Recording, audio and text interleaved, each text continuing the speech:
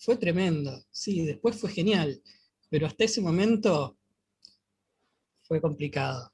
Eh, Gracias por la presentación, gracias por invitarme. Puedo agregar la mejor presentación, el mejor currículum que escuché hasta ahora fue de la brillante cabeza de Elsa Rodríguez Romero, que dijo, yo les voy a resumir muy simplemente quién soy. Yo hace 40 años que le dedico mi vida a la previsión. Y me pareció brillante. Bueno, yo todavía no puedo decir que le dedico 40 años, yo ejerzo desde el 2004, pero sí, cada minuto, cada día de trabajo, cada tiempo libre, es estar trabajando, es estar pensando, es estar escribiendo, reuniéndose con colegas, compartiendo, y desde nuestro lugar ver cómo podemos hacer para quizá a una persona mejorarle la vida, para quizá tener impacto en muchas personas al mismo tiempo, y creo que el sentimiento es compartido de los dos lados del mostrador. Así que vale y vale mucho. Como dijo Carlos, esto es una charla, no, no vengo a enseñarle nada a nadie. La charla viene acompañada de mucho número, porque no quería que sea opinología pura, que ustedes digan, bueno, pero es la opinión porteñocéntrica de un tipo, y acá no es así. Yo siempre que puedo charlo con colegas del resto del país, a veces están en muchas mejores condiciones ellos, pero bueno, esto es un año que hemos transitado completamente atípico, y yendo a la charla, a ver si puedo compartir pantalla. Vos me dirás, Carlos, si se ve.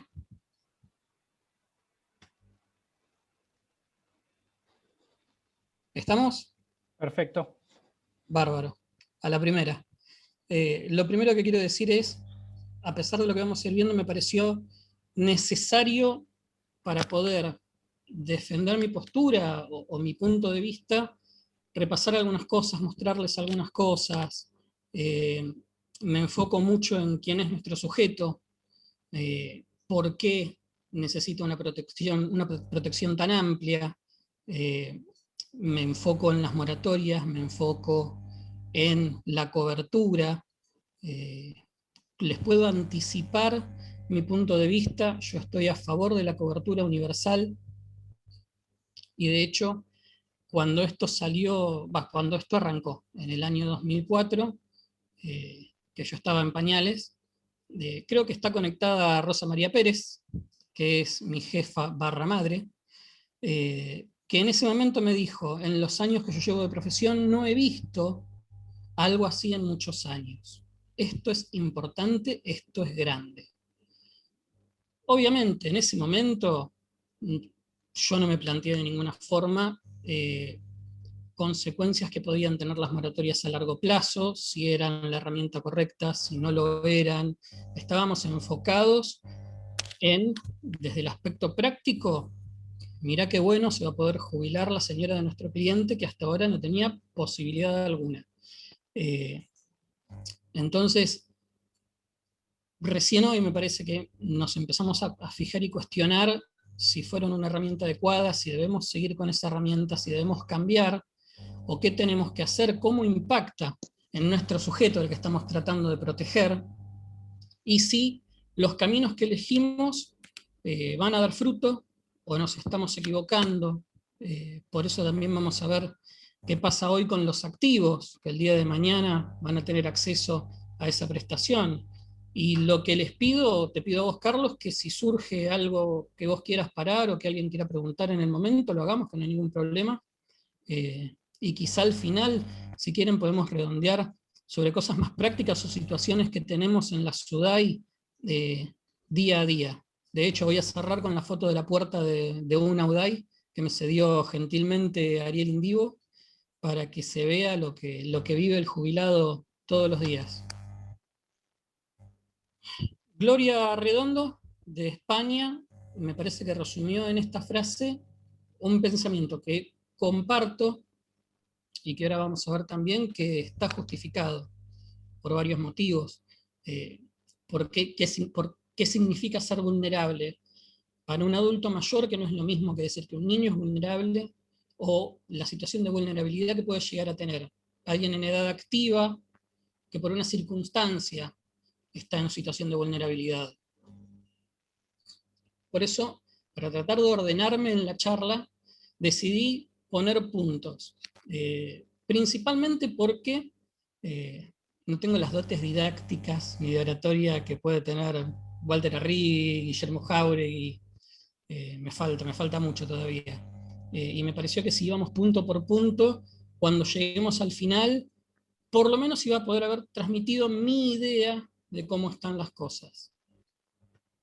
Uy, perdón. No logro. A ver.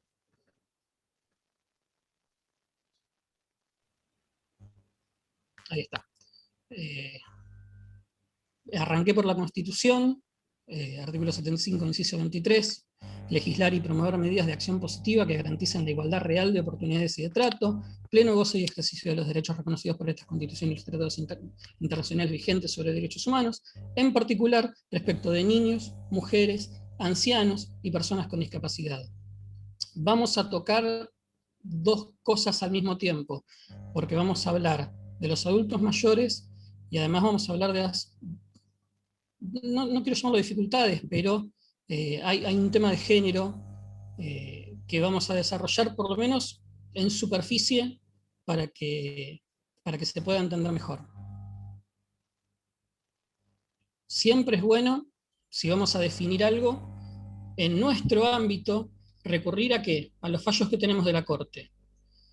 En esta disidencia de Maqueda nos dice el deber del Estado y de la sociedad de no desentenderse de sus ciudadanos cuando no están en situación de producir ganancias, que es una de las características del adulto mayor. Después vamos a ver números, pero en teoría nosotros no le podemos pedir al adulto mayor que salga y busque otro trabajo para suplir quizá la cuantía de su haber o la situación en la que se encuentra. En consecuencia, se impone la necesidad de aplicar a los créditos provisionales como el presente causa una tasa de interés elevada, más elevada que la pasiva, que publica el Banco Central de la República Argentina, con el objeto de reflejar la tutela especial a la que se encuentra sujeto uno de los grupos vulnerables que define nuestra Constitución Nacional. En García, muy breve, considerando 13, el envejecimiento y la discapacidad son causas predisponentes o determinantes de vulnerabilidad. Y en blanco, en el considerando 26, que tengo entendido que se está usando bastante, cabe destacar que es precisamente en tiempos de crisis económica nadie se imaginaba una sanitaria, cuando la actualidad de los derechos sociales cobra su máximo significado. En tales etapas críticas deben profundizarse las respuestas institucionales a favor de los grupos más débiles y postergados, pues son las democracias avanzadas y maduras las que refuerzan la capacidad de los individuos y atienden las situaciones de vulnerabilidad en momentos coyunturales adversos. Si hubo peor momento que este, no sé. Entonces, lo que les quería decir antes, la condición de vulnerabilidad de los adultos mayores es inherente, es una condición en un estado, a diferencia de lo que puede pasar con un activo, que puede ser transitorio, que puede mejorar o que puede cambiar. Acá, como creo que lo había explicado bastante bien en la nota a aquellos a los que les llegó, hay un escenario anterior al año 2004 y un escenario posterior al año 2004.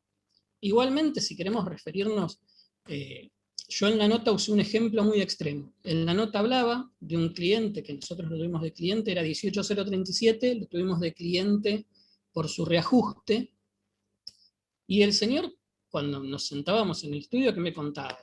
Que vino de Tucumán, que llegó sin trabajo, que se subió a un tren, que se bajó acá porque le dijeron en Buenos Aires hay trabajo, se subió y se fue. No tenía ni siquiera la mayoría de edad. Llegó a Buenos Aires, consiguió trabajo barriendo en Siam. En la nota hago el paralelismo, ¿no? Entre era progreso para él y había un progreso a nivel empresarial e industrial. explico cómo había evolucionado Siam, había comenzado a fabricar un montón de cosas diferentes, y el señor llegó, y dentro de Siam él también progresó. Empezó barriendo, cuando demostró interés por la tornería, fue ayudante de tornero, y después terminó siendo tornero. Y trabajó toda la vida en Siam. Hoy es muy difícil encontrar a alguien que haya desarrollado toda su vida activa en un lugar. Entonces, más allá de que yo utilizo 2004 por otro motivo, hay un escenario anterior y hay un escenario posterior a 2004. Como marco acá, había mayor cantidad de actividad industrial, las empresas mismas duraban más, y ya no tanto, porque ya con la 18037 ya sabemos que las empresas no eran lo mismo que antes. La continuidad laboral dentro de un único establecimiento, y bueno, se iniciaba la actividad laboral registrada a una menor edad, por ahí uno de los 18 ya tenía un trabajo estable y comenzaba a aportar. A partir de 2004, con la sanción de la 25994, se dice que hubo un cambio de paradigma. Incorporó dos cosas: incorporó la prestación anticipada por desempleo y permitió el acceso a la moratoria 25865, que permitió a mucha gente con aportes incompletos jubilarse. A ver, por eso son cosas que todos los presentes saben, pero como tampoco sé exacto quién está del otro lado, a veces hago un pequeño resumen para poner en tema. En mi cabeza, por lo menos, los desafíos del sistema son dos. Y son eternos, y es medio como un sube y baja. Tenemos en una punta la cuantía de los beneficios y en la otra punta la cobertura. Y es muy difícil el balance entre elevar uno y elevar el otro. No es un problema solo de Argentina, es un problema, por lo menos que si uno lo estudia en todo lo que es Latinoamérica, es compartido. Por supuesto, siempre están afectados los dos por la limitación que imponen los recursos. Si me permiten, les cuento una pequeña anécdota.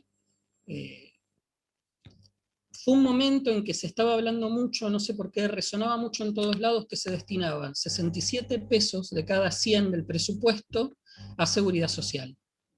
Y estábamos charlando de esto, y yo estaba en Jolie, que es un restaurante de Palermo, y me acordé de este tema hace poco porque falleció Mauro Viale. Y justamente yo me crucé con Mauro Viale. Era justo antes, no, perdón, creo que fue justo antes de las PASO. Y me preguntaba, sabía de qué trabajo, me preguntaba: ¿vos qué crees que va a pasar dependiendo quién gane? Agarré y le dije, sin importar quién gane, los dos van a tratar de reducir lo que ellos toman como gasto en seguridad social, que todos sabemos que no es un gasto, pero todos van, para que él lo entienda, le dije, van a tratar de reducir el gasto en seguridad social.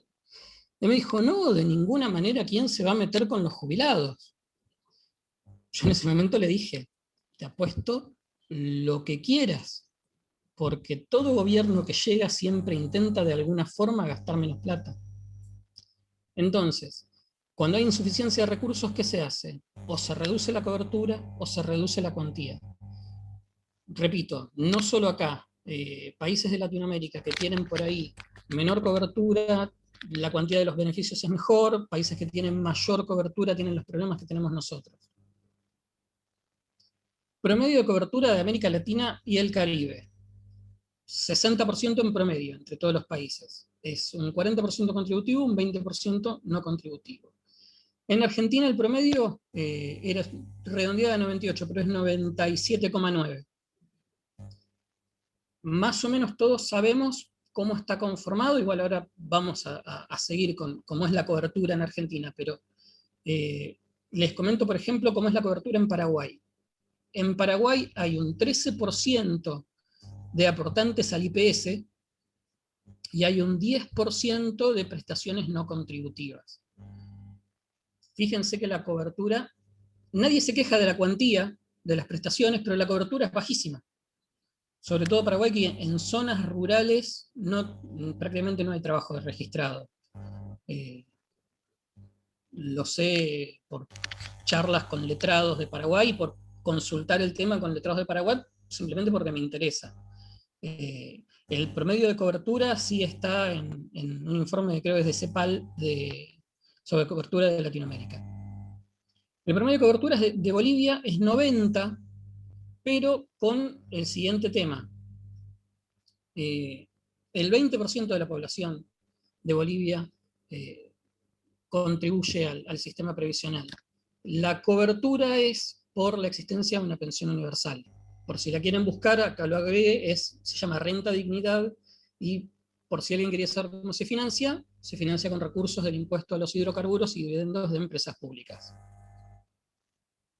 En Argentina, como vamos a ver, a mayor edad, en este momento mayor cobertura. De 65 a 69 años, 85,9, de 70 a 74, 95,2, de 75 a 79, 96,4, y mayores de 80, 97,9. Ahora vamos a ver, perdón, estaba en esta filmina. Hay más cantidad de beneficios que beneficiarios, porque algunos beneficiarios cobran 2 beneficios. Pero digamos que la cobertura es casi total. En Argentina, por lo menos, es casi total. El trabajo lo reduje solo a los beneficios del SIPA, porque representan el 92% de la totalidad del país. 81% al sistema contributivo, 19% al sistema no contributivo. Tenemos 1,6 millones de jubilaciones, 1,3 de pensiones y 3,4 millones de beneficios de jubilaciones que tienen moratoria. Prestaciones no contributivas, 1 millón. Esto es importante. Uno de los objetivos del sistema previsional es reducir la pobreza. ¿Y qué se encontró? Se encontró una correlación directa entre cobertura y pobreza. Como yo, lo pongo para que lo lean, el que lo va siguiendo, pero si nosotros, si nosotros hoy retiráramos el beneficio de jubilación, porque yo sé que se habla mucho, por ejemplo, de la pobreza en menores de 14 años, pero claro, la pobreza en mayores de 65 es porque hay cobertura previsional. Si no tuviéramos esa cobertura, se dispara automáticamente al doble el número. En 2013 era 27,3, previo al cambio de paradigma. En 2009, pico más bajo, 3,3, y hoy 11,9. Lo quise comparar con la pobreza en Latinoamérica, y tenemos Bolivia 25,3, siempre mayores de 65 años. Brasil 3,5, Chile 2,3, Colombia 44,3, que lo revisé el número y es así, me llamó mucho la atención. Ecuador 17,2, Perú 20,1 y Uruguay, que me asombró, 0,9. Se ve una correlación, ¿no?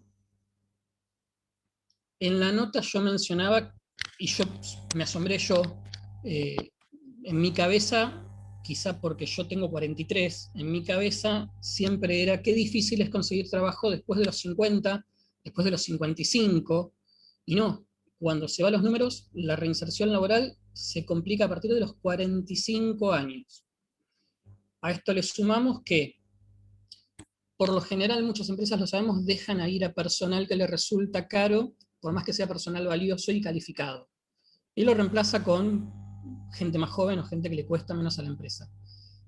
Cuando uno venía con remuneraciones que por ahí quería proteger, que esas 120 últimas remuneraciones quería proteger, y toma un nuevo empleo, casi 100% seguro que esas remuneraciones van a ser menores y van a empañar el haber previsional que va a obtener después.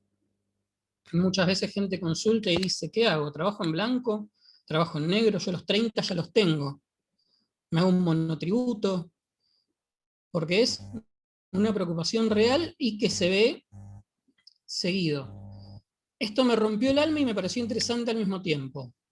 En los países de Latinoamérica con mayor cobertura el número de mayores de 80 que siguen trabajando es menor. En los países de Latinoamérica con menor cobertura hay más mayores de 80 que lamentablemente siguen trabajando. Esto me parece que a vos te llamó la atención, Carlos, en la nota. 18,9% de la población entre 50 y 54 que tuvo una experiencia laboral, o sea, no hablamos de todo, hablamos de los que tuvieron una experiencia laboral, nunca accedió al trabajo con aportes. 38% siempre accedió a trabajos con aportes y un 42% alternó. Este 42% de la población es el que probablemente, como explica siempre Gurushka, va a necesitar una asistencia para poder completar sus aportes y obtener un beneficio previsional. Si es que se elige seguir en el camino en que estamos con el requisito de tener X cantidad de años de aporte para obtener el beneficio, que hay países que no, que hay países que no tienen un requisito de cantidad de años de aporte, que por lo que yo me estuve fijando a nivel mundial, el máximo suele ser 30-35, el mínimo 10, o si no, sin requisito de cantidad de años aportados. Cada uno tiene su sistema para calcular una proporcionalidad, o si hay un exceso de años de aporte, un mayor haber. Acá es donde realmente me tuve que poner a estudiar bastante, porque era, si bien es una situación que todos tenemos presente, creo que no la profundizamos nunca, que es el tema de la desigualdad de género, al momento, tanto en la vida activa, como al momento de perseguir el beneficio previsional. Las mujeres adultas mayores, igual que las mujeres en general, tienen tasas de actividad y empleo registrado menor a la de los varones. Se dispara este porcentaje a partir de los 50 años. Entre los 16 y 49, ese no registro es un 10% mayor al de los hombres, pero después de los 50 es un 40% más. Acá aclaro, de las mujeres mayores de 50 años con experiencia laboral, 28% nunca trabajó con aportes, mientras que en los hombres de esta edad ese grupo se reduce al 8,5%. No hace falta hacer la matemática, pero 34,9% de quienes aportan al sistema son mujeres. Y acá vamos a desarrollar un poquito, tienen a su cargo el trabajo no remunerado. Estoy tratando de sacar las caritas de la pantalla porque no puedo ver el power completo. Ahí está. Realizan el 75% de las tareas como cuidar, limpiar y cocinar frente al 25% de los hombres. Acá viene la doble imposición. Cuando están insertas en el mercado laboral, además de su tarea, realizan el trabajo no remunerado.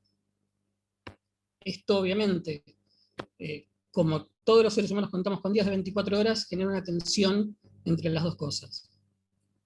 Y me puse a investigar un poquito qué pasaba. Acá, claro, mientras las mujeres declaran dedicar en promedio 6 horas diarias a las actividades de cuidado, los hombres que sí participan de las mismas, que no es todos los casos, declaran dedicarles solo 3,8 horas diarias. Permiso.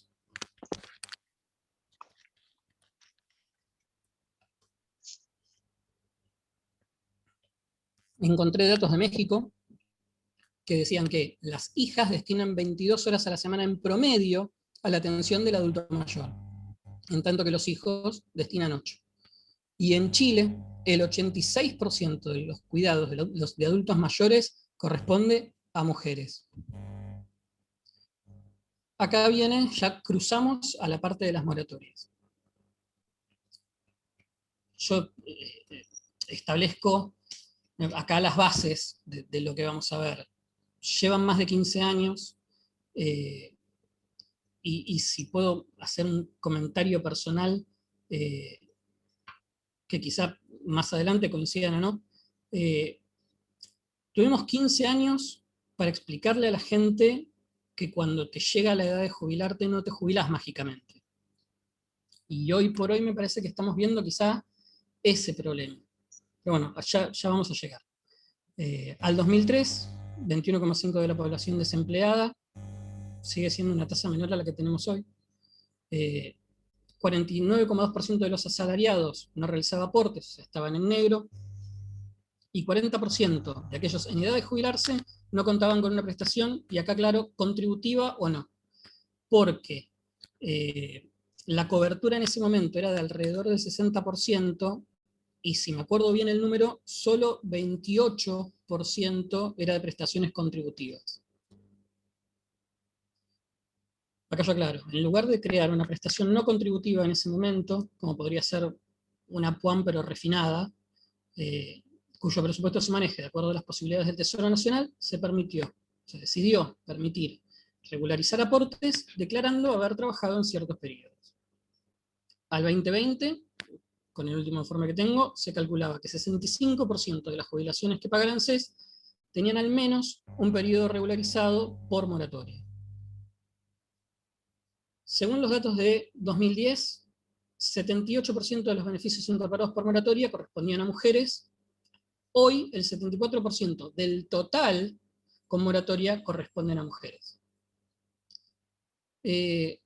Acá es donde viene el problema, cuando hablamos de cuantía. Que no quiero profundizar en cuantía, pero está. De aquellos con moratoria, el 92% de las jubilaciones cobra la mínima, y el 96% de las pensiones. Decidí hacer un cachito, investigar un cachito, no puse de cada provincia datos, porque si no estamos hasta mañana, pero esta es la que más me llamó la atención. El 77,1% de los beneficios totales a mayo del 2010 en Formosa eran beneficios otorgados por moratoria. Y en 2006, porque no encontré datos anteriores a 2004, tenía el menor nivel de cobertura previsional del país, 16,7. Esto lo podemos ver muy rápido porque la mayoría, calculo, aunque sea, quizá no tanto los judiciales, pero los letrados litigantes presentes seguro lo tienen claro. Tenemos dos moratorias vigentes. La 26970, para mujeres de 60 a 65 años, pueden regularizar aportes entre enero del 55 o sus 18 años, y hasta 31/12 de 2003. ¿Cuál es el problema? Que con moratoria pura, lo que se llama moratoria pura, no juntamos los 30 años de aporte, debe contar con aportes posteriores a 2004 para jubilarse. Y acá es donde vuelvo un cachito para atrás y repito que no le explicamos nada a la gente. No le dijimos, mirá, deberías, yo sé que es difícil porque no tenés ingresos, pero va a ser peor el día de mañana si no tenés una jubilación. Me parece que no pusimos el foco en explicarle a la gente y educarla e informarla. Doy acá el ejemplo. Señora de 61 cumple los 60, cumple los 18, no junta los 30 años de aporte. Esta es incompatible con otra prestación, salvo que esa prestación fuera contributiva y no supere el haber mínimo, o sea, señora con pensión mínima saca la jubilación. La deuda se puede cancelar al contado o hasta en 60 cuotas, se actualizan por el índice de movilidad, en la 25.994 eran fijas. Para los hombres tenemos la 24.476, que en realidad también, mediante reconocimiento de servicio, se puede usar para una mujer que no esté lista para jubilarse, que esté antes de la edad y quiera incorporar aportes por cierto periodo, pero obviamente no lo puede hacer en cuotas, lo tiene que hacer de contado. La 24.476 es permanente, pero permite regularizar hasta 1993. Entonces, también, señor que no tiene aportes, o le faltan aportes, cumple los 18 en el 74, entre el 74 y el 93, 19 años, no llega con los 30 años de aporte. Si percibe pensión por fallecimiento, puede acceder a la moratoria, pero a diferencia del anterior, no en cuotas, debe cancelar la deuda en un pago, que en muchos casos les es imposible. Ambas moratorias requieren de un examen socioeconómico. La evaluación tiene en cuenta ingresos brutos anuales, declaración jurada de bienes personales, tenencia de automotores, tenencia de embarcaciones, y creo que embarcaciones y aviones, embarcaciones tiene un límite de eslora y aviones, nada. Después gastos y consumos mensuales con tarjeta de crédito o débito, incluye extensiones. A veces sucede que por ahí, no sé, alguien tiene una tarjeta y el hijo tiene una extensión y entonces le tenemos que decir, no, mire, por favor, corte los gastos por un tiempo y volvemos a hacer la evaluación socioeconómica, y si pasa, bueno, nos apuramos y hacemos el trámite. Entonces cubrimos insuficiencia de aportes, que es lamentablemente una consecuencia de lo que suceda mientras esa persona está activa.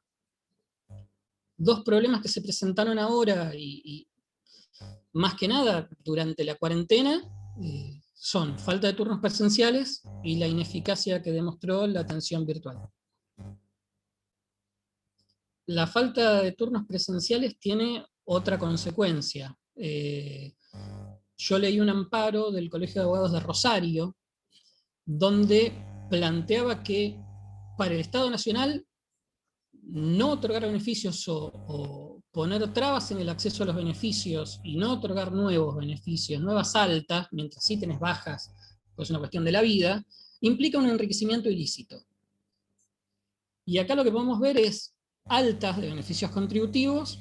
Si quieren comparar solo la última, son 328.000 en el año 2019 contra 215 en nuestro año de cuarentena, prácticamente. Son 100.000 prestaciones menos. Esto sí tiene un carácter más de explicación y no puedo referirlos a un artículo jurídico ni nada. Esto viene de ir, preguntar, hablar con un supervisor y que te entregue los datos. Pongo como ejemplo Uday Lugano, que es a la que suelo ir. Personal prepandemia es personal que está atendiendo, que está trabajando, que calculo que la planta no se va a modificar simplemente por la cuarentena, pero sí que estaba en el lugar. En el lugar, antes de la cuarentena, había 38 empleados, incluido el jefe de UDAI. En diciembre de 2020, cuando yo fui, había 6 empleados. Desde que habían abierto, después de esos 3 meses que estuvieron absolutamente cerrados, estaban trabajando con 6 empleados, jefe incluido. Volví a ir después de que pasaron las vacaciones. Me encontré con algo más de personal en esa UDAI, pero me llamó la atención que había iniciadores, pero no gente. Había mucha gente afuera, y de vuelta, es empírico mío en una UDAI, quizá la experiencia de otros y de otros lugares del país es diferente. Y pregunté, escúchame, ¿qué pasa? Y me dijeron, mira, en orientación, que hay la misma cantidad de gente prácticamente que en prestaciones, por día tenemos 54 turnos, 59 turnos. El sistema otorga 59 turnos. Pero para inicio, para el fondo, como se le suele decir, solo 6. Y en ese momento yo conté 4 iniciadores más un supervisor. Pero solo 6 turnos. Sí sé que pre-pandemia, y calculo que esto sí estaba estandarizado en todo el país, los turnos por iniciador eran 9. O por lo menos en la ciudad a las que yo fui, que dentro de Capital son bastantes, el dato era este, eran 9 turnos por iniciador por día. Nos llegan a los letrados constantemente mail de las diferentes SUDAI que se suspenden los turnos por temas sanitarios.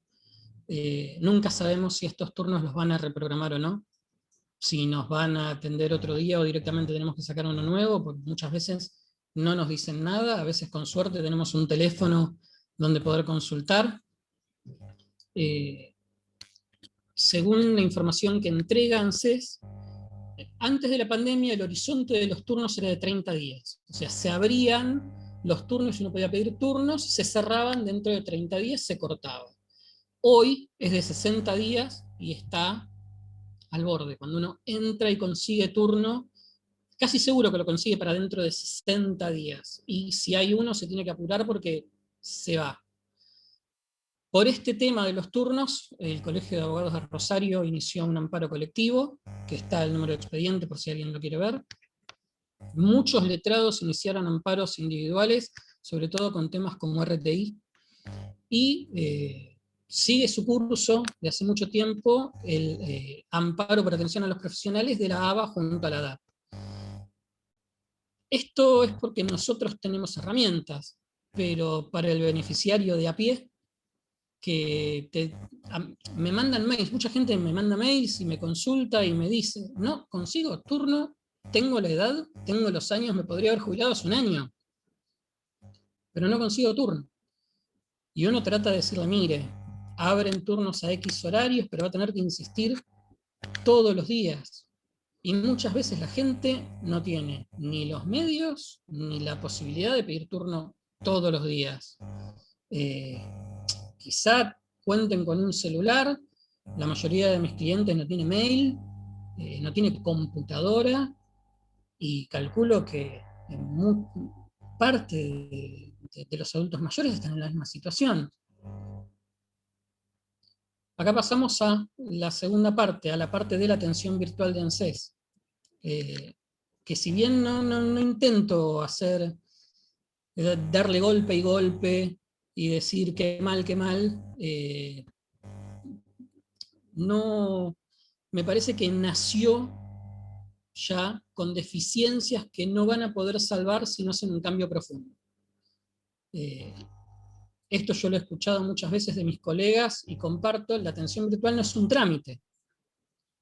Cuando uno inicia una atención virtual no tiene un número de expediente, no tiene identificado UDAI, no tiene identificado operador, no puede acceder de la misma forma que uno toma vista de un expediente, y comprobé del otro lado que, por ejemplo, a mí me han dicho, me pediste un PRPA, te lo mandé y cerré la atención.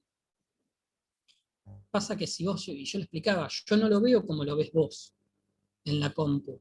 Entonces, si vos me cerrás la atención, ese PRPA que vos me mandaste muy gentilmente, yo ya no lo puedo ver. O si me pegaste el PDF de una pensión derivada porque me la pide un juzgado, yo no lo puedo ver y no lo puedo bajar. Entonces, ni los empleados saben bien qué está pasando, ni a nosotros nos sirve del todo la atención virtual, porque no comparte las pautas o no sigue las pautas que nosotros conocemos y a las que estamos acostumbrados para trabajar. No tiene plazo para ser resuelta.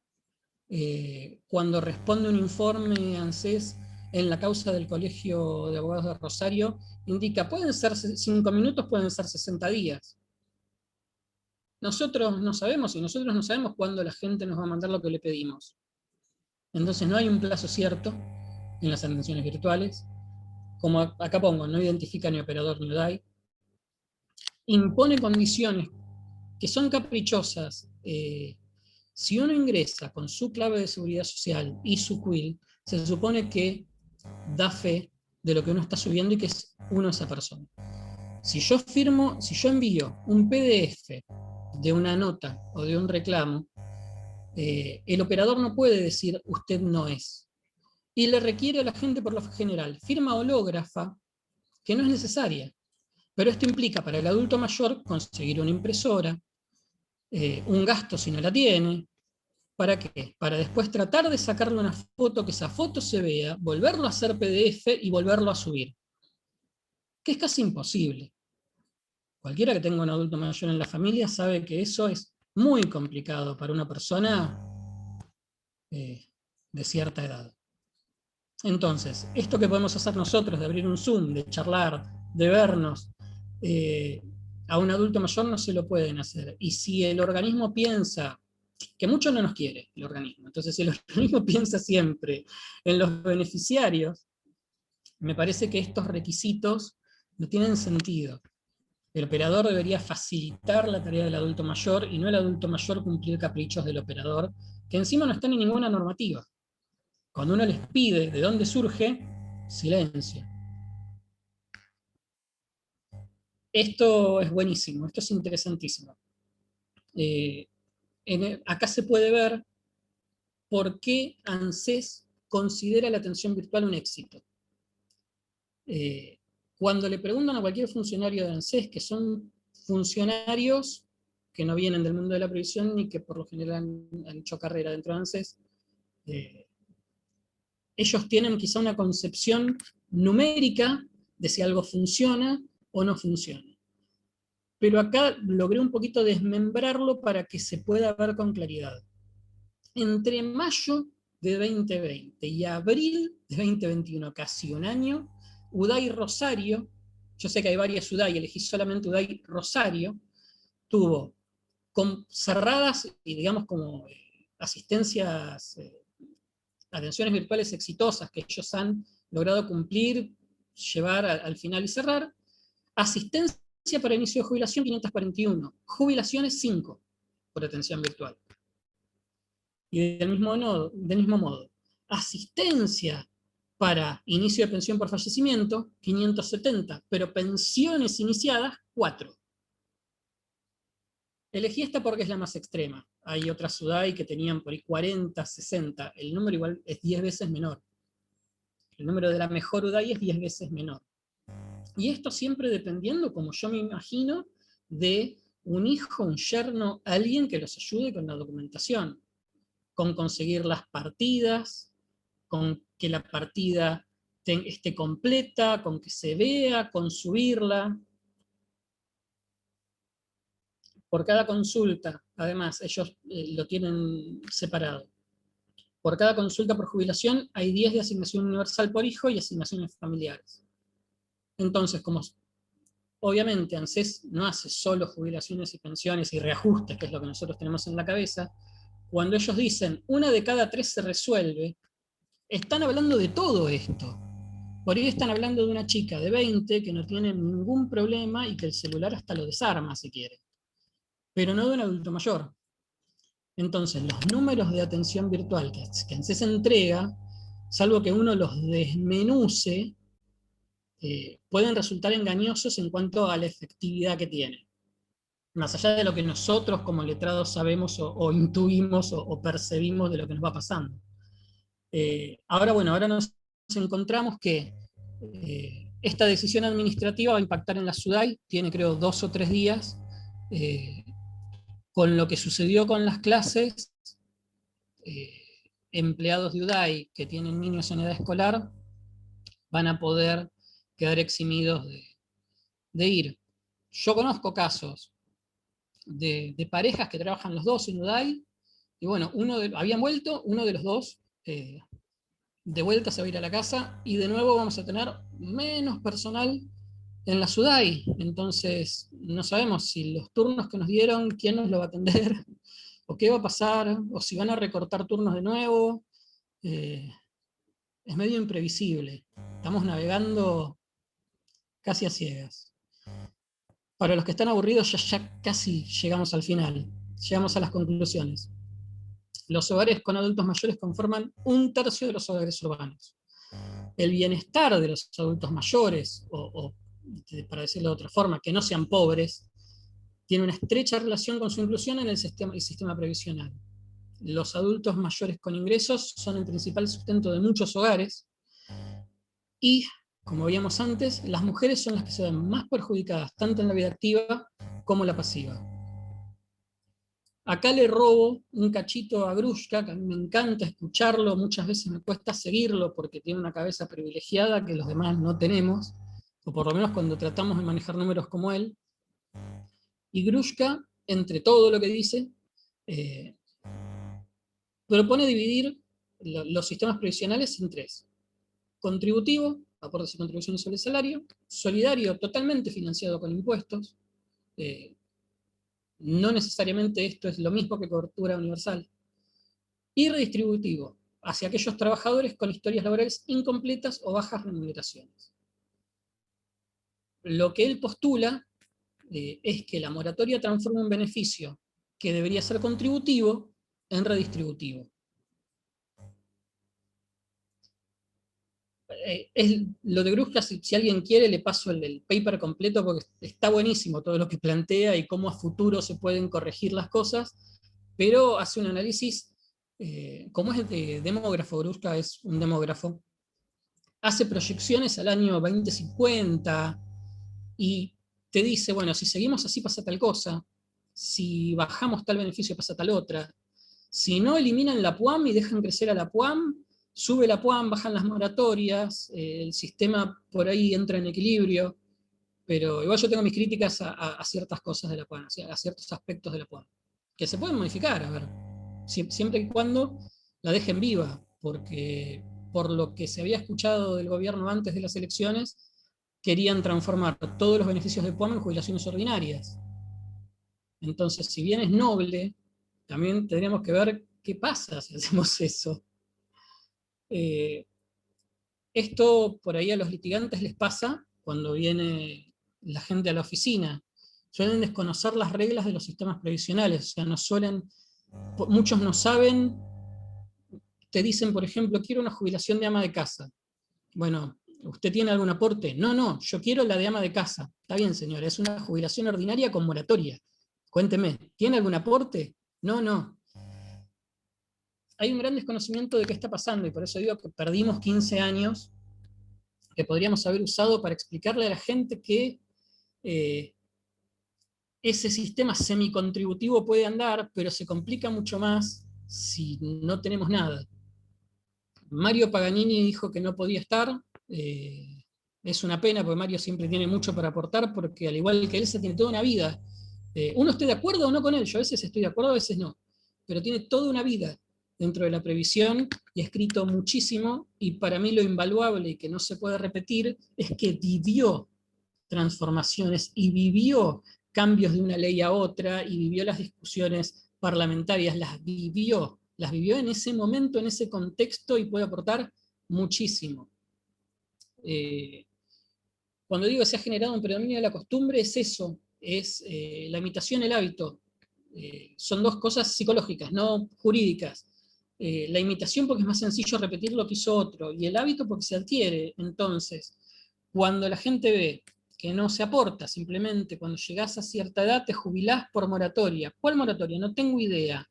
¿Hay una moratoria? ¿Sacaron una moratoria? Me parece que es un problema haber hecho una costumbre de que no se necesita un aporte, que simplemente a cierta edad uno se jubila. Porque hoy cuesta mucho decirle a la gente, mire señora, no hay forma que yo la pueda jubilar.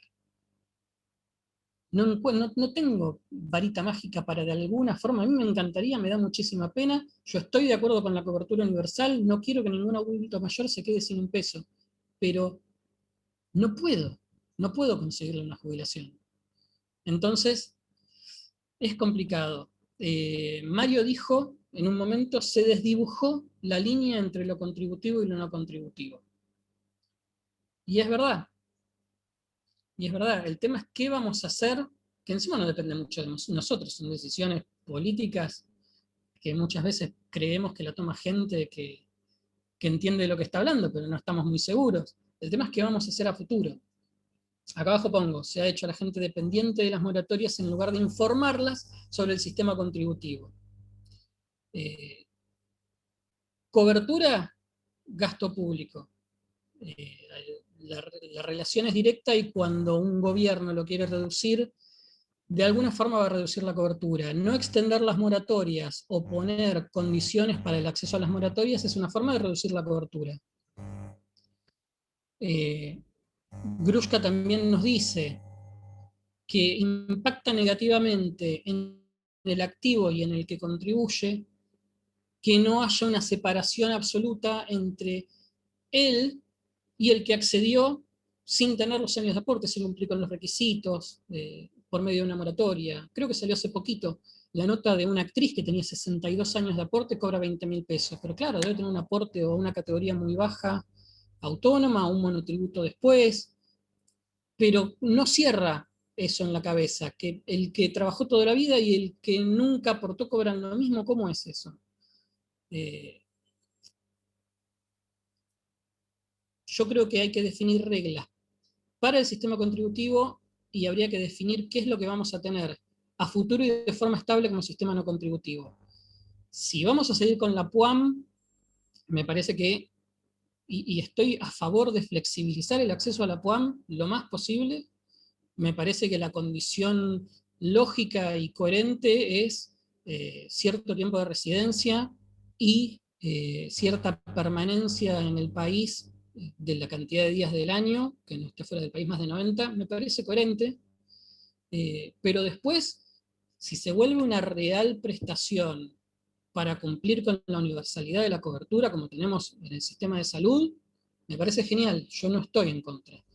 Lo que no estoy seguro, y esto es abierto para el que quiera dar su opinión, no estoy seguro que ese tipo de prestaciones tengan que tener un anclaje directo al valor de la prestación contributiva, a la jubilación mínima. Me parece que si establecemos, más allá de las posibilidades del Tesoro, una relación directa, va a ser siempre el 80%, me parece que genera problemas a futuro. Habría que decir, bueno, lo que pueda dar en este momento el Tesoro.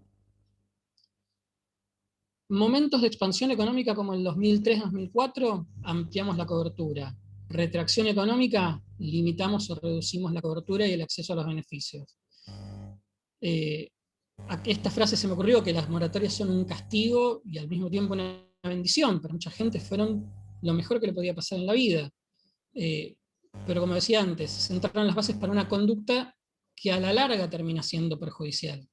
Aclaro, yo estoy a favor de las moratorias, fueron una gran herramienta. No sé si las tendríamos que seguir usando. Ese sería el tema. ¿Quién no escuchó con la parte impositiva, con todo? No lo pagues de moratoria, en algún momento lo vas a poder blanquear. Entonces eso me parece que genera problemas dentro del sistema y me incluyo, yo nunca pensé qué podía pasar con las moratorias a largo plazo. Yo en el año 2004, 2005, 2006, 2007 jubilaba gente. Esta es la puerta de Uday Merlo que tenía dentro. Muy poco personal. Me cuenta Ariel Indivo que hacia la derecha había mucha más gente y hacia atrás de él también. Y como verán, es de hace pocos días. No hay distancia, no hay nada. La gente está desesperada por no solo acceder a un trámite previsional, sino a cierta información, a ciertas cosas. ANSES tiene un batallón de trámites diferentes para todas las edades, y esta es la realidad hoy por hoy. Esto es lo que está pasando hoy por hoy, y esto es por lo que tiene que pasar la gente, si no tiene un letrado capaz que se pueda ocupar, para acceder a un beneficio, acceder a una prestación, hacer una consulta, y esta situación lleva un año. Así que, no sé, yo no creo que a futuro vaya a cambiar mucho. Hay datos que yo dejé afuera, porque tampoco quería todo dato, todo numerito, pero me anoté algunas cosas. En los hogares hoy por hoy, el 14,4% de los asalariados con salario en blanco, 14,4% está por debajo de la línea de pobreza. Ese porcentaje, cuando uno habla de los cuentapropistas, sube al 33%. Si en algún momento quieren hablar de cuantía de los beneficios, también se puede hablar un montón en base a cuánto ganaban y cuánto reciben de beneficio previsional en el tema de sustitución. Pero si estas cosas no se corrigen, no creo que vaya a cambiar nada a futuro. Y ANSES es un organismo tan grande y tan complejo que es muy difícil darle un mismo tratamiento a nivel país. ANSES tiene 400 oficinas entre UDAI y oficina común que remite los beneficios a los trámites a otro lado. Las oficinas tienen un jefe, los jefes dependen de una regional, la regional directamente le transmite las cosas a la Dirección de Prestaciones Descentralizadas. La mayoría de esos puestos no son de gente de carrera. Entonces, reaccionar a las situaciones y necesidades de los adultos mayores cuesta mucho más. No sé si habrá alguien de Córdoba, pero yo cuando estuve en Córdoba, creo que fue febrero del año 2019, les dije, no sé si algún día vamos a ver ANSES en cabeza de ANSES un previsionalista, quien sea, de donde venga. Pero hasta ahora probamos con casi todos economistas y no nos fue muy bien.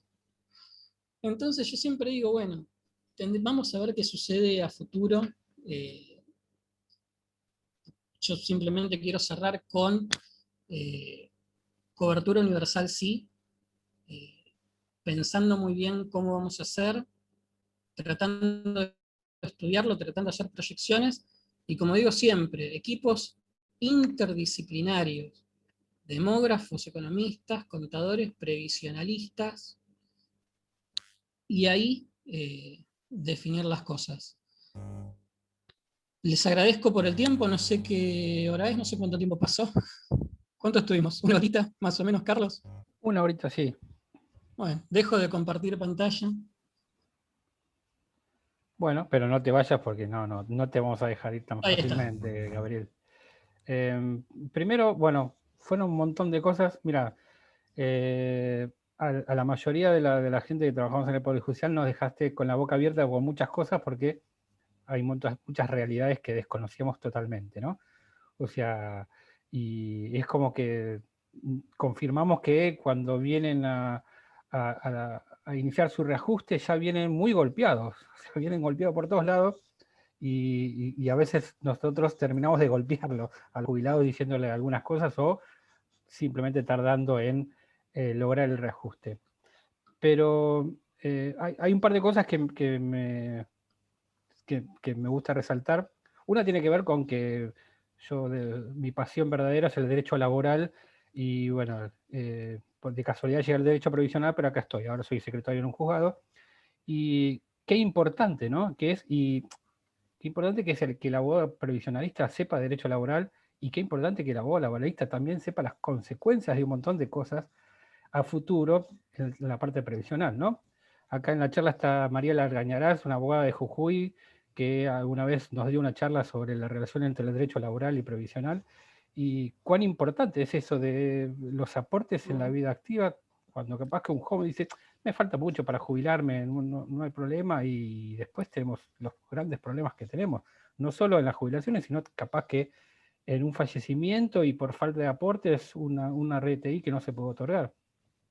Pero también responsabilidad del Estado de combatir el trabajo sin registrar, de dedicarle realmente la atención en este tipo de contrataciones que no solo afectan a la recaudación previsional actual, sino a futuro, ¿sí? Eso por un lado. Y después también, y hay un par de comentarios y preguntas que te voy a hacer, es que vieron que, bueno, y si lo hacen los políticos, ¿por qué no lo puedo hacer yo? De cambiar, de contradecirme. Yo me acuerdo que cuando empecé a escuchar de las moratorias, yo decía, es una barbaridad, ¿cómo la gente se va a jubilar por moratoria? Eso no va, no sé. O sea, hasta tenía opiniones, menos mal que en ese momento no tenía poder de decisión, porque capaz que hubiera dicho, no, usted no puede acceder. Y ahora con todo lo que me decís, y hasta mirando en mi casa a mi mamá, que durante mucho tiempo fue, entre comillas, ama de casa, porque en realidad hacía de todo, ¿no? Porque lo que voy a decir, hacía el trabajo de educar 4 hijos, de cocinar, de que esté todo en orden, sin posibilidad de que le manden su WhatsApp. En esa época estoy llegando, o sea, pero yo llegaba a mi casa y tenía la comida hecha, y encima después hacer otros quehaceres, y sin embargo ella para jubilarse tuvo que ir a una moratoria que en medio se la regalaron, y sin embargo eso no está reconocido. Yo digo, bueno, cómo me cambió totalmente la visión de las moratorias y, como vos decís, si no fuera por la moratoria, no solo que la gente no se jubilaría, sino que sería pobre, o sea, estaría en la línea de pobreza. Que eso también me llevaba a una conclusión, es lo que vos hablás de la desigualdad de género. En este tema se ve muy patente, ¿no? En el tema de moratorias y un montón de situaciones que se... O sea, qué importante es que nosotros también lo sepamos eso, ¿no? Al momento de tomar decisiones desde el punto de vista judicial, y obviamente estaría bueno que alguien de acá en algún momento también tome decisiones a nivel país, ¿no? O sea, políticas que también tengan que ver con esto. Así que esas son mis reflexiones. ¿A quién, perdóname que te interrumpa un cachito, me quedé pensando en lo laboral, ¿a quién no le pasó que viene alguien que tuvo un juicio laboral, no estaban los aportes, llega a un arreglo en ese juicio laboral y despedite de los aportes. Sí. Entonces, bueno, vas a tener una solución más rápida en ese ámbito, pero seguramente el colega que lleva adelante el laboral no está pensando en que por ahí tiene 50 y pico su cliente y cuando haya que jubilarlo estamos en el horno.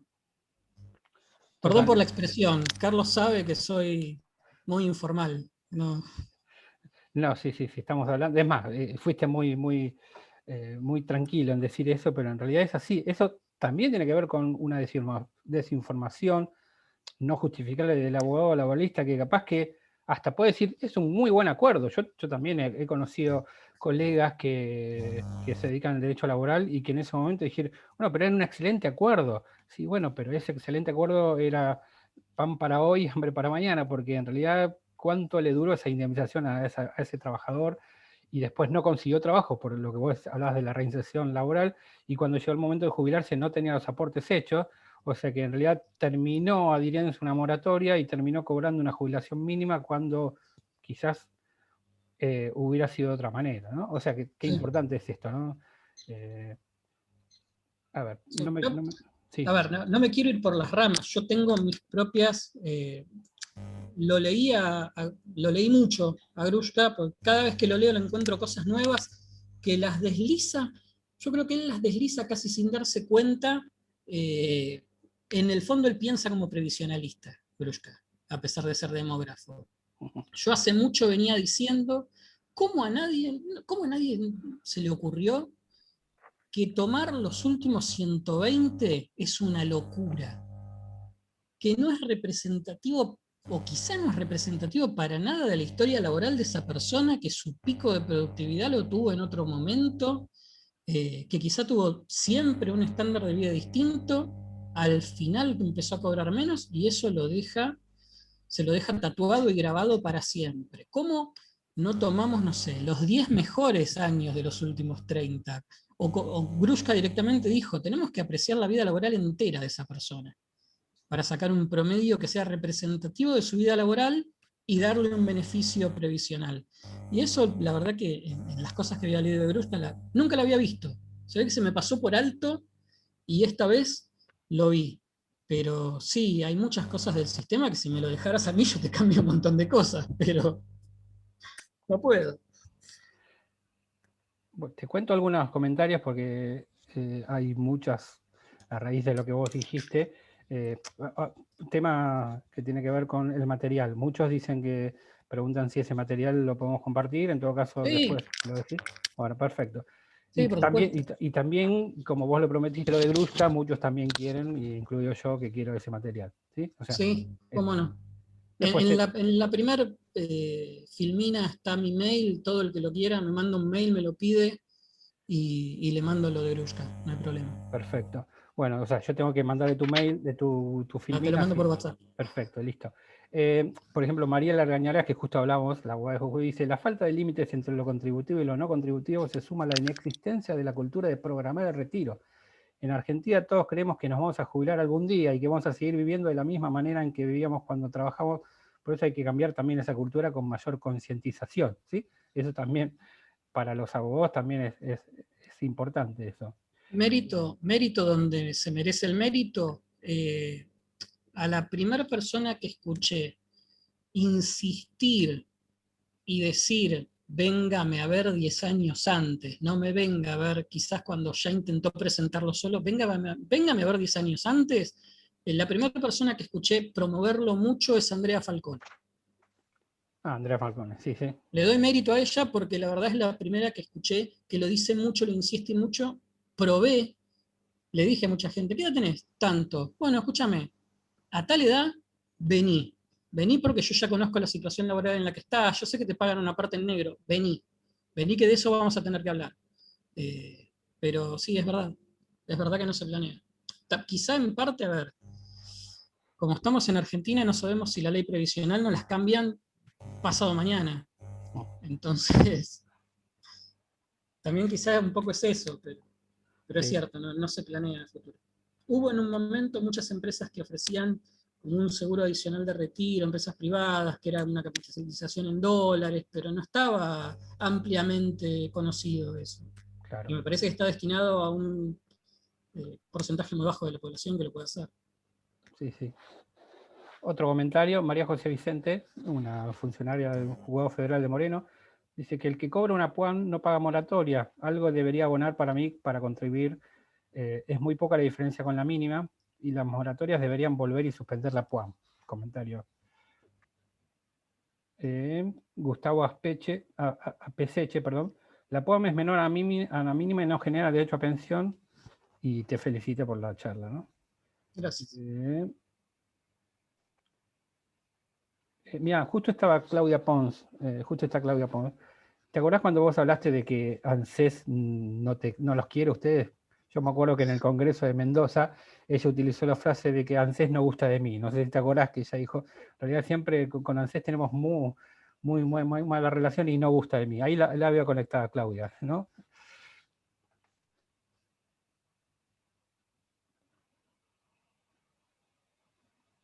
A ver si tenemos alguna otra. De vuelta Gustavo Apeseche dice, las moratorias, especialmente las concedidas en años anteriores, dejaron al descubierto que los empleadores no habían realizado los aportes en épocas anteriores al ANSES y la FIP no tenía el control digital de las actividades. Sí, eso tiene que ver un poco con lo que dije de la falta también de control por parte del Estado de esto, ¿no? A ver. Bueno, me perdí un poco. Si alguno quiere hacer alguna pregunta, lo puede hacer ahora. Me acerco así porque estoy sin auriculares, entonces a veces.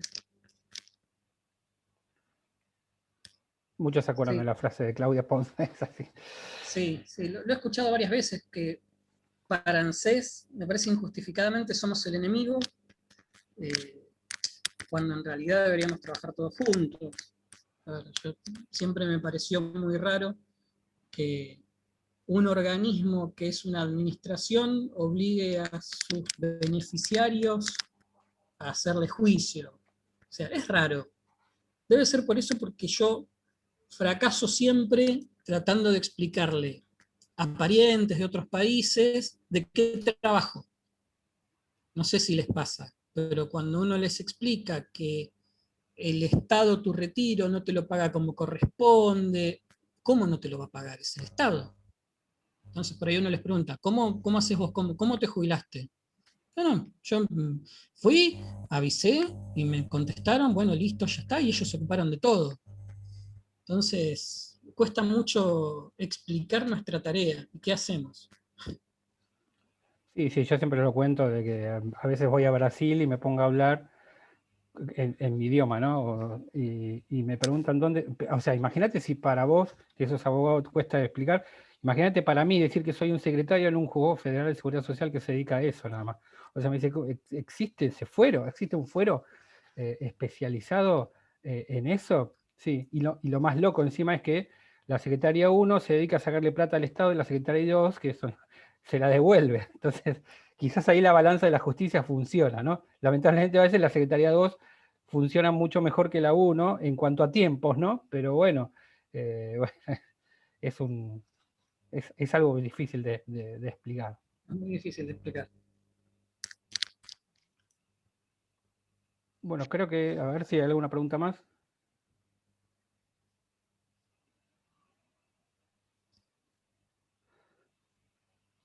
Ahí dice Gustavo de vuelta. Creo que el tema de ANSES contra los abogados previsionalistas es que creen entender que los trámites son gratuitos y nosotros nos aprovechamos de los clientes. Sin embargo, cuando los trámites son rechazados o son mal iniciados, es esencial nuestra actividad y en este caso ANSES no le soluciona los problemas a los reclamantes. Sí, el mejor ejemplo es un reajuste. En un reajuste se requiere toda nuestra pericia para que salga correctamente y le es imposible a un beneficiario hacer el cálculo, por ejemplo. Yo le puedo enseñar cómo calcular el coeficiente con ISBIC, pero nada, ¿qué lo va a hacer? ¿Va a hacer la cuentita para 120 mensuales y calcular todo? No, a ver, pero bueno, es el organismo el que los lleva a reclamar. Así que nuestra tarea lamentablemente es necesaria. Sí, pero prueba de ello también fue que durante la vigencia de la reparación histórica, nosotros, yo he visto, por suerte no fue la mayoría de los casos, pero sí algunos casos en los cuales una persona que había iniciado un reajuste, que quizás ya estaba en ejecución, en algunos casos hasta con liquidación aprobada, aparece un acuerdo de reparación histórica, capaz que en otra jurisdicción, por eso a veces, si no hubiera caído nuestro juzgado y hubiéramos hecho algo, y en el cual el abogado que lo representó, que ahí puedo afirmar que no es experto en seguridad social, le hizo firmar un acuerdo sin reconocer retroactivo porque no sabía o no averiguó que tenía un juicio, con el efecto ese que tenía, de que tenía por desistido este juicio. Entonces, nos ha pasado muchos abogados y decían, mira, yo hice todo el trabajo y ahora yo quiero cobrar honorarios. ¿Y sobre qué monto? O sea, ¿Sobre qué? Sí. sí. Y bueno, o sea, eso da la pauta de que, bueno, obviamente, si se requiere, no solo para los números, sino también para un asesoramiento, y bueno, es fundamental. Es Y como en fundamental. todas las profesiones, la responsabilidad del profesional, como en todas. Sí. Y una reflexión más, me acuerdo que cuando hablaste de la representación, de lo que tiene que ver con los inicios, nosotros tuvimos uno de los tantos amparos en la época de feria, estando subrogando el juzgado 9 de la doctora Silvia Zaino, de la señora Mirta González, en el cual el problema es que no se permitía que sea el abogado apoderado quien iniciara el trámite, tenía que ser la señora. Y él comentaba en su escrito de demanda, decía, la señora, primero que no sabe manejar la computadora, a duras penas maneja el teléfono celular, y imagínense cómo hago, y encima de la época en que más estricta que ahora, que no había posibilidad de que la señora vaya al estudio, ni el abogado se dirija al domicilio. Dice, ¿cómo hago para explicarle online a esta persona todo lo que tenía que hacer, el trámite, y que no se equivoque? Porque vos lo sabemos muy bien que si vos apretás un botón que tiene que ver con moratoria o algo, estás al horno, ¿no? Ya aceptaste algo. Entonces, bueno, lo que él pedía es, déjenme a mí como apoderado, porque el poder está vigente, iniciarlo como apoderado. Y bueno, fue una de las tantas cosas que resolvimos. Todavía fue confirmado por la sala y bueno, creo que se pudo iniciar. Pero bueno. El tema con un organismo como ANSES es que hay muchas disparidades. Nosotros, por ejemplo, en la oficina, es oficina, no es UDAI, es Oficina Rojas, que deriva los trámites a UDAI Pergamino. En la oficina Rojas no tuvimos ningún problema en acreditar poder todo por internet, sin visita en el domicilio del beneficiario, sin nada. Les mandamos las circulares, les dijimos, queremos en base a estas circulares hacer el poder, y anduvo perfecto, pero perfecto. Todos los trámites para dar poder que se mandaron a esa oficina no tuvieron ningún problema. Ahora, los que se mandaron a la UDAI, Pergamino, de la cual depende la oficina Rojas, los cerraban todas las atenciones virtuales para dar poder sin dar poder. Entonces uno no entiende cómo pueden pasar esas cosas. Y no tuve ningún inconveniente para iniciar en esa oficina tampoco reajustes, mientras que en otra ciudad me decían, ese trámite no se puede hacer por atención virtual. Sí, pero tampoco me permiten salir de mi casa. O sea, ¿se acuerdan cuando no podíamos ni a la oficina ir? O sea, yo no podía salir de acá, ni siquiera para ir a buscar carpetas. Ah, no, pero eso no, es presencial. ¿Cómo? Es muy difícil, no hay reglas claras y entiendo que por la extensión que tiene el organismo, bajar una línea y un criterio sea difícil y que aplique a todas las circunstancias, pero no pueden desconocer sus propias circulares, que es lo que a veces sucede. Sí, eso yo hablando con Edith Martínez, una experta en el manejo de las PREP, circulares, todo eso, me decía que aún siendo ella experta, a veces se mareaba, porque decía, pero esta deroga la anterior, en realidad, no, pero en realidad, bueno, es un lío. De hecho, hasta el propio Jauregui la llamada, ella le dice, ¿está vigente o no está vigente? Entonces, me imagino ustedes, imagínense que acá en Capital Federal somos 10 juzgados y ustedes tienen como una especie de cuadernito respecto de los criterios de cada uno de los juzgados, ¿sí? Si esto, el otro, me imagino, no sé, tiene que ser más que un cuaderno, casi una enciclopedia de todos los criterios de la SUDAI y explicarle también al cliente, mire, si cae en una UDAI seguramente sale, si en otra, y eso es el famoso comentario, pero yo tengo una amiga, una vecina que le salió y en realidad, y generalmente no es el cliente el que le salió, sino el vecino, ¿no? O sea que eso también, no solo es un lío para los beneficiarios, sino para ustedes también, cómo explicarle, porque aparte estamos hablando de personas mayores que necesitan como una explicación diferente a la que capaz que una persona que tiene 20 años inicia un juicio por accidente de tránsito, ¿no? Sí, además es un chino porque los criterios de cada UDAI van cambiando muy rápido. Lo que por ahí una UDAI te decía un día, a la semana vas y ya no. O, a ver, ustedes tienen su grupo de WhatsApp, los letrados también tenemos nuestro grupo de WhatsApp y me estoy volviendo loco, me piden la constancia de movimientos migratorios en tal UDAI para tal trámite, andate a tal otra que en esa no lo piden. ¿Cómo puede ser? O sea, si hay un criterio, si hay alguna circular o algo que te lo pide, no puede ser que en una sí y en otra no, pero sucede eso. Entonces, bueno, a veces es cuestión de acostumbrarse o limitarse a cierta SUDAI. Me acuerdo que en un momento que, ya después de los turnos telefónicos, me acuerdo que te mandaba a la UDAI donde estuviera registrado el domicilio del beneficiario. Y ahí me parece que casi todos los letrados hicimos miniturismo. Nos tuvimos que ir, sí, te tocaba por ahí un día San Justo, otro día Malvinas Argentinas, otro día, sí, sí, te tenías que ir a cualquier lado y cuando llegabas, que el cielo te ampare. Bueno, creo que no hay más preguntas.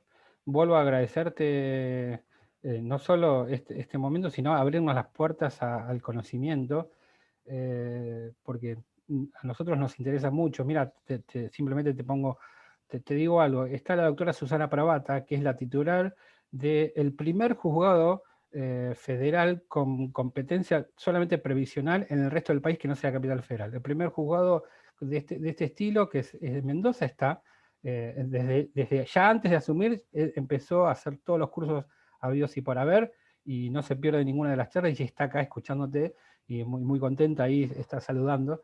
Así que para nosotros es muy útil. Es más, vuelvo a repetir, para nosotros es muy importante saber la realidad que viven las personas que llegan a nosotros después de... Hoy hablaba con Ana Brito respecto de una pensión que recién ahora se otorga. Me dice, qué suerte, porque falleció hace 12 años el titular y hace 10 años inicié el trámite, y bueno, y recién ahora se puede acordar, o sea, pasó todo el trámite administrativo, judicial, cámara, y bueno, entonces decimos, bueno, ¿cómo? Es que bueno saber todo lo que tuvo que vivir esta persona, todo lo que tuvo que padecer, y también todo lo que tuvo que pasar el abogado, ¿no? Porque de repente, si vos vas y tenés que llevar un cabezal de boxeo para que en la UDAI no te peguen tanto y te duela menos, bueno, que tampoco la justicia sea tan así, ¿no? Por lo menos que sean golpes que no sean bajos. Yo, a ver, a mí me encanta mi trabajo, me encanta charlar de esto. El mail, para vi que muchos lo pedían, el mail está en el material en la primera filmina. El que me quiera escribir para charlar de lo que sea, yo contentísimo, no tengo ningún problema. Y te agrego algo, la verdad que te comparto algo. Me llama mucho la atención cuando hay que judicializar algún beneficio que deniega el organismo, siendo que otorgar beneficios es parte de la operatoria diaria. Me llama mucho la atención, llegás a veces a las astreintes, audiencias, no sé por qué cuando se otorga por vía judicial hay una resistencia tan alta a otorgar ese beneficio, cuando no es un reajuste, es un beneficio y debería ser un trámite interno muy simple. La verdad que dejo eso, quizás si alguien sabe que me lo cuente, porque me llamó mucho la atención. No, nosotros tampoco lo sabemos, ¿no? Y bueno, quizás tenemos política en otro juego que ese tipo de situaciones, no, bueno, vamos a darle prioridad porque esta persona no está cobrando nada. O sea, Exacto. no significa que el que está cobrando la mínima y tiene un reajuste no tenga necesidad, pero esta persona, no sé, una pensión directa, un retiro por invalidez, no está cobrando nada. Y bueno, hay una realidad, hay que ver una realidad detrás de esa persona que tiene que llegar a fin de mes y a veces con hijos menores. Así que, bueno, No te entretenemos más. Te agradecemos mucho. Obviamente vamos a compartir tu material porque es muy interesante. Este encuentro, esta charla la grabamos porque yo sé que hay mucha gente que quizás no pudo estar y que después de las repercusiones que tenga va a decir, qué lástima, la quiero ver. Entonces vamos a hacer repeticiones como cuando estuviste en el programa y que te repitieron varias veces, ¿sí? Y que bueno, ahí sí te hiciste famoso ahí también en la pantalla chica. Bueno, acá esta es una pantalla también chica, te vamos a hacer famoso, Gabriel. Te vuelvo a agradecer. Simplemente confirmás lo buena persona que sos, lo profesional que sos. Tu mamá tiene que estar muy orgullosa que está ahí escuchándote. Y yo sé Conectada, que ¿no? estaba, Está conectada. yo sé que está muy emocionada por lo que sos, lo que representás. Te admiramos mucho, los que estamos de este lado del mostrador, por la humildad, por la dedicación que tienen hacia estas personas tan necesitadas como son los adultos mayores. Así que te vuelvo a agradecer. Agradezco a todos los que estuvieron. Ahí les puse el mail, que es encuentrofederalprevisional@gmail, para aquellos que quieran el material de Gabriel. Nunca pude, no me animé a decir tu apellido, y ahí te cuento, ya terminado, cuento alguna historia que vos me contaste, que la única que pronuncia bien tu apellido es Elsa Rodríguez Romero, siempre hace bien todo, y que hasta te dice que vos mismo pronunciaste mal tu apellido porque no lo decís como debe ser, ¿no? Es así. Sí, me reta. Elsa me reta. Me duelen los oídos, me dice. Exactamente. No me animo a decirlo como dice ella, pero bueno, te vuelvo a agradecer, agradezco a todos y bueno, queda la invitación para próximos encuentros. La semana que viene el espacio Insolidum vuelve a sus actividades, después ya le vamos a comunicar, pero bueno, seguramente una vez por mes tendremos estos encuentros de Encuentro Federal de Justicia Previsional, muy probablemente la doctora María Argañarás venga a contarnos la relación entre el derecho laboral y el derecho provisional. Así que ahora sí, termino y no termino de agradecer nunca. Muchas gracias a todos, gracias Gabriel, Gracias. gracias doctora Pérez, María Rosa, por haber traído al mundo a Gabriel, y gracias a Blanco, ¿no? Porque gracias a eso, la verdad que muchos abogados siguen trabajando y nosotros estamos contentos por ese fallo. Nos vemos.